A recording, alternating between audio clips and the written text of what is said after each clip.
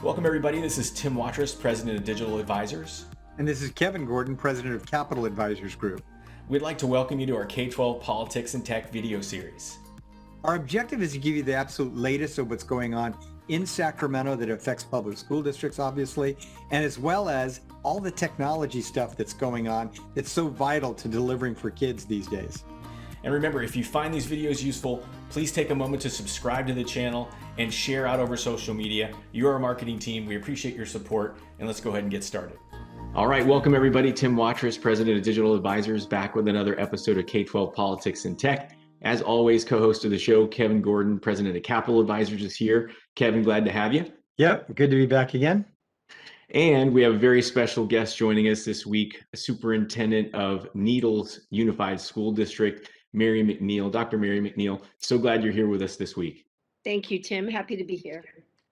Yeah, and Mary, we're really excited to have you here. We mentioned a couple of weeks ago the new USC Innovative District Leadership Academy. You're a faculty member at USC with Rossier School of Education, and we're going to look forward to chatting with you about that academy in just a moment. But Kevin, there is a lot of news out of the governor's office this week about the state budget. And boy, we have more to cover than we have time in the show. But can you give us the overview of what you're hearing so far from Sacramento? Yeah, I mean, and Mary and I were just talking before we got on the air, and it's like more money after more money. It's not a surprise. Obviously, there's going to be a big adjustment, almost a third increase in the overall amount of money that districts are going to have to work with in the current year, and then another $1 billion next year. I mean, the total of it is probably about 15, about 15.5 billion dollars of new resources overall between the two fiscal years. That's in addition to the $25 billion in the COVID relief dollars that we've seen. It's also in addition to the early action by the legislature that they already took, which has never happened in my entire career, where the legislature actually appropriated money to schools in advance of the Budget Act. So that $6.6 billion that schools got, $2 billion for that incentive to open, immediately, and then also the $4.6 billion that's focused on extended learning and intervention. That's all above this stuff. So the big expenditures the governor's making is in the transition to TK in a really big way. He'll spend almost $1 billion on it in the coming fiscal year, to ultimately ramp up to a much bigger expenditure over time. By the time it's fully implemented, it'll be about $2.7 billion. He spends probably some of the controversy in this budget is going to be, again, going to a place that he was last summer, which is focusing on the districts that are concentration grant eligible districts. So you may have kids in poverty, but if you have a lot of kids in poverty, you're going to actually get a couple of different streams of revenue that's proposed in this budget. There's $1 billion that's going to be offered for after school programs, summer programs, different kinds of intervention that way. Another $1 billion to add staff. That again is focused particularly on those concentration grants and districts. If you take a look at all of the money that's gone out to school districts between federal and state resources, there's been a decidedly heavy emphasis on poverty, given the fact that a lot of the federal money went out predicated on Title I eligibility.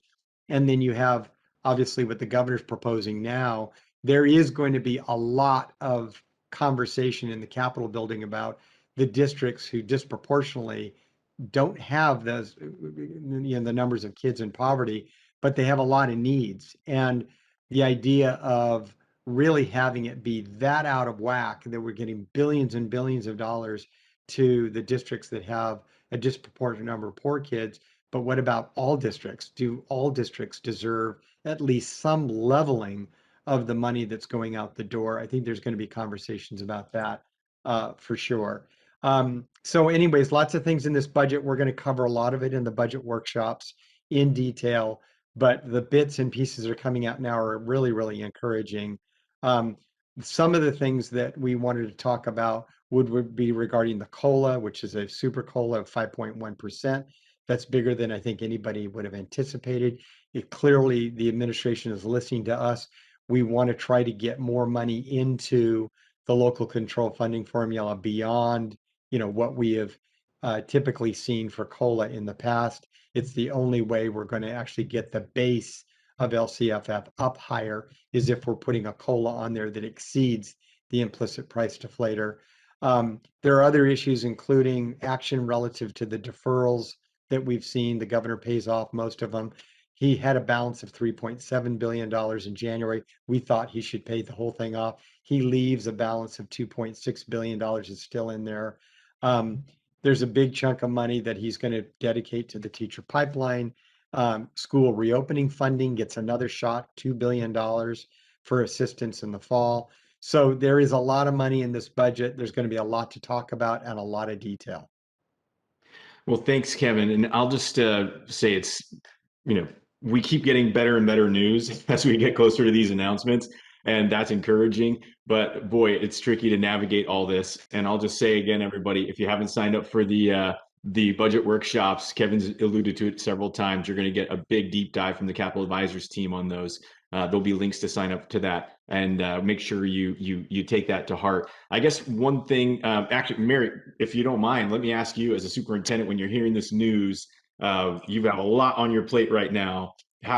Is there anything that jumps out at you that strikes you you'd like to just chat about briefly here?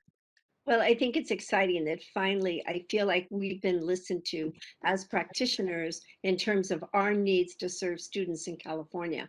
However, I do agree with Kevin that I think all districts have needs, especially coming out of the last 14 months, looking at our facilities, looking at our curriculum, looking at technology needs, so I would like to see some leveling and support for districts that don't have the high level of concentration that my district does in terms of poverty. We all have needs. We all need to serve California students the best we can. And I think all means all. Well said, Mary. Thank you. And, I guess speaking of all students being served, we've been critical of the FCC on this show for some lack of action in connecting students and teachers at home. For those of you who saw the headline yesterday, the FCC went ahead and approved the $7.1 billion Emergency Connectivity Fund yesterday. And there is a lot to dig into there. So we'll just give you quick highlights. Basically, you're going to have connectivity dollars to pay for laptops, hotspots, connectivity at home, even building out your own wireless networks. One of the big numbers that I saw that jumped off the page at me is you're going to have the ability to buy up to a $400 device to connect a student at home. So there's many facets to this. There's things like SIPA compliance and timeframes, which are actually quite tight. And I want to highlight the fact that if you, as soon as you can get your hands on this information, as that's released from the FCC, please do so, because they've announced that their window for filing is going to be June through mid-August. So that's a very short window. It's coming right up. If you look at the calendar, we're in mid-May. So we're glad that the help is here. There is a problem, though, because it is a massive chunk of dollars that is going to help you reach students at home. You're just going to have to come up with a plan to spend it very quickly on top of the other dollars that Kevin's talking about and Mary's talking about right now, and the federal dollars. So these are good problems, still a bit of a challenge. And I want to say next week, we're very fortunate to have a guest on the show. His name is John Harrington. He's the CEO of Funds for Learning. We were going to have him on last week, but these announcements, the timing kind of didn't work. So we'll have him on the show next week to dig into this a bit more, but we'll be putting the links to at least this headline and some of the details in the email that goes out to the Capital Advisors clients and underneath this YouTube video. So please take a moment and check that out. The window's coming right up and you don't want to miss it. So Kevin, we wanted to talk a little bit about the LCFF formula and tweaking that. Can you fill us in on what's going on there, please?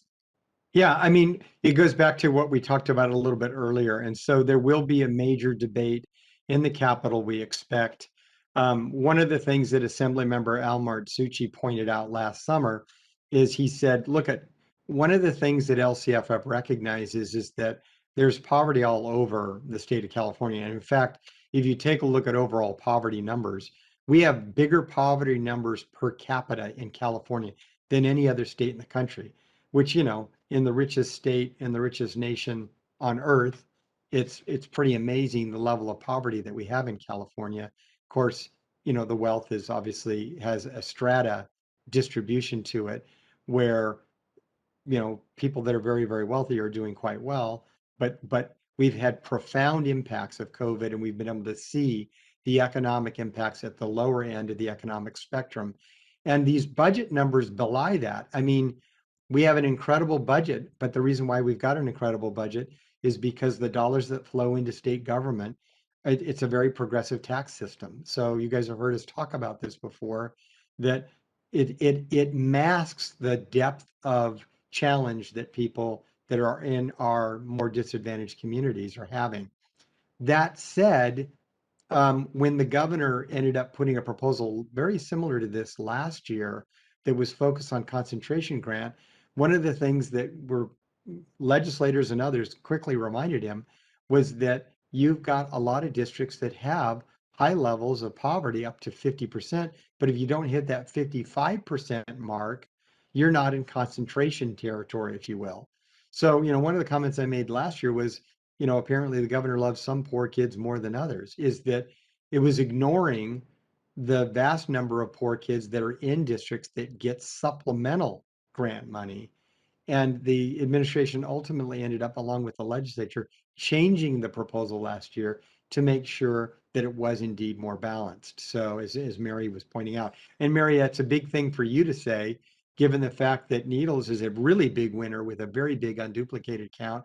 And I think that you've got a lot of your colleagues that are going to be big winners in this that are going to say, look, we do have a lot of money coming to us. And the notion of a neighboring district getting zero of those two pots of money that the governor is talking about is kind of not right. So I do appreciate your sentiment on that. Um, so anyway, so we're going to be obviously wrestling with all these issues as the weeks roll out. I'm very optimistic that it'll get straightened out.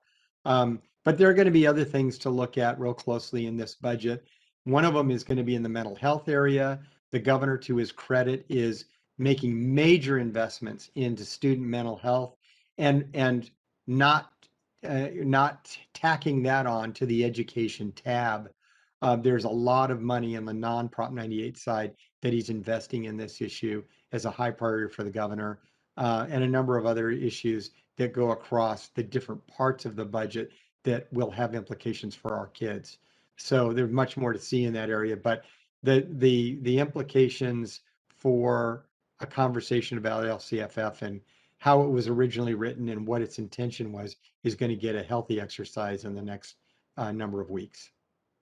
Thanks very much, Kevin. And you covered a lot there in terms of LCFF. And Mary, I'll just ask if you had any thoughts or comments that you wanted to share based on that. I agree with Kevin that I really think that my colleagues will understand that when California's educational systems are evaluated on a national and an international perspective, it's all of us. It isn't just the high poverty school districts or the school districts that are doing well in terms of a student achievement. We're evaluated as a state. And I think that perspective is important because this is an opportunity for us to really impact our statewide system and make a difference for all kids. I mean, Thanks, Mary. one of the things I wanted to just add, Tim, is that the local control funding formula was written really well.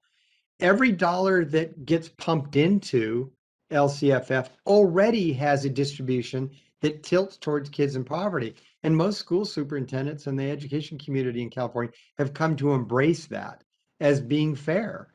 But the point is that now if we get additional money into the system and we actually sort of add a third horn to this cow, where we're going to actually divert money in a way where when there's exponential growth in the education pot, we're going to divert it in ways that actually sidesteps the wisdom of the original LCFF. I think it's a time to really draw some questions. So again, we're big advocates for the fundamentals about LCFF, but when you start actually tilting it even further, I think it's going to have some problems. Well, thanks for sharing that, Kevin, and your thoughts, Mary. And no, we'll just switch gears, Mary. You're here. Thank you so much for joining us. I know you've had a wonderful career. We met when you were a CALSA board member, so you do a lot of amazing work. You were AXA State Superintendent of the Year, and you also spend time. I don't know how you do all the things that you do, but you spend time on faculty at USC Rosier School of Education. Can you just tell us a little bit about Rosier School of Education, the PD, and some of the work that you do there? Thank you, Tim. Yeah, I love my work with Russ here. I work for the School Leadership Academy, which is the same academy department that will house the Innovation District Leadership Academy. And what I teach is I teach the very first course that administrators or teachers take on their administrative pathway. So I teach on culturally proficient leadership within the new CalAPA administrative credential program, and I love it. I have an opportunity to really shape the future of administration in the state of California as part of my legacy.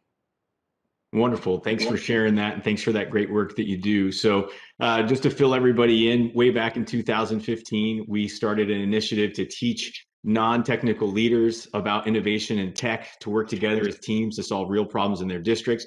Mary was kind enough to be part of that first cohort. We figured a lot of things out in that first year. Mary then became faculty and helped us in subsequent years to teach other school districts these new methods about how to solve problems as a team. And Mary, we've seen this program evolve. We're at a place now where USC has partnered up with digital advisors to offer the USC Innovative District Leadership Academy. It's called IDLA. We're going to start taking registrations in the next week or so. The website's about to go live, which is why one of the reasons why we have you here. But I think if you're a superintendent, a CBO, a school district leader, and you're watching this program and you're trying to think, okay, why would I be interested in this? Like, what would I get out of a program like this? Maybe can you just share with us what you received from the program, and then we can talk about maybe how that applies to this world that we're in today. Thank you, Tim. I think as a superintendent, what I personally and professionally took away from this program was the ability to really understand technology integrating into my educational systems, and not from a purchasing point of view or a point of view of how do I use a laptop in a classroom, but really in 2021, what do I need to make sure that my students use technology that will impact their college and career for the rest of their lives. So I was able to have my two principals attend as well. And I think the mindset shift and the paradigm shift that took place with my site principals, understanding and having connections and networking relationships with technology directors from across California made a difference. And it significantly made a difference during the last 14 months. One of the very first things I did after Googling what distance learning was, because it had to be something different if we're closing schools, right? So I pulled out one of my binders from my many years of working in this program and looked for other administrators' projects. And there were two. One was developing point-to-point technology systems within their school district to make sure that all families had internet. And the other one was looking at putting Wi-Fi on buses. So the fact that I had those types of projects at my fingertips, and I had a relationship with the administrators that wrote those projects as part of this program, it made a difference. We were on it. We had Wi-Fi to all our families within a month. So I think that mindset and my knowing, yes, I can do this, I think it makes a difference. Thanks, Mary. I just want to emphasize that point that it's really about team collaboration, project management, like how to approach a problem or a challenge that you're facing as a team. And during the course of this project, the course itself, which will start in September, end in July, you're going to solve a real problem within your district. So you're going to learn these skills. You're going to have the ability to share that solution with others if they encounter some challenge. They're going to be able to go to this repository of solved challenges and not have to figure out how to solve everything on their own. So I think that's very powerful. I want to say, Mary, if you were, when you're thinking about being a superintendent or administrator, and again, all the things you have on your plate, the time frame, uh, you know, people's, I think, number one question is what sort of commitment is this time frame wise? And can you just speak to that, like how you're able to fit this into your calendar? We, at the time that I was faculty or in cohort one, we had ongoing meetings, online, virtual. And I think the strength of this program is that it relates to the work that I do every day. So I never felt that this was something I needed to balance. It was something that was value added to the work that I was doing as a superintendent, and then working with my principals on integrating technology into our programs to make a difference for our students. The project piece of it, I did my project on student voice, and I was prompted by one of the presenters, Ellen November, and through conversation and having a relationship with an expert in this area of education, I was able to really look at and evaluate programs within my district and make sure the adults were really doing good things for students. So I think the fact that every aspect of this program relates to the work that you do on a daily basis. I don't think it's about extra time. I think it's helping you manage your work time and being able to really resolve issues that we're all dealing with every single day. Well, thank you very much for that, Mary. And we're looking forward to launching this in September. Again, the website's going to be going up live here shortly. We'll be putting those links in when those are available. Hopefully, we'll have those in the emails and underneath the YouTube video this week. We expect to have that live and ready for you. And Kevin and the Capital Advisors team has been very generous in their support of these programs, coming in and sharing their expertise with the cohorts. And Kevin, we appreciate that support from you and Barrett and others when you've been able to join us. And just want to circle back, Kevin, one more time before we wrap up today, and say the budget workshops are coming up next week. If you ever needed this fabulous resource, now is the time. And Kevin, can you just give us a little bit of overview of, like, if somebody's interested, how do they get involved or how do they sign up? Right. So we are doing them across most of the counties in the state. Um, it's real easy. So you're going to go to our website at capitaladvisors.org, click on workshops, and you'll see the workshops that are in your county. You actually don't have to do the one that's in your own county. Most people will. So you'll notice the different faces on there are going to be people that you know. The county superintendent usually kicks it off. In some cases, we're having visiting legislators from those regions. We have the chairman of the budget subcommittee in the Senate joining us for 3 or 4 of the workshops to give some perspective from the legislature. So it's going to be good, and the opportunity to kind of get in a smaller group setting, a sense of what's going on with the budget, I think is going to be a great opportunity. The other thing is we try to do it in an hour and a half. Most people that know our budget workshops know that they're usually 2.5 hours, but just because, again, we're doing these virtually, we want to try to really get to the meat of what people need to know in the hour and a half they have it. The other thing is we will be co-presenting with CSBA and AXA, the Small School Districts Association.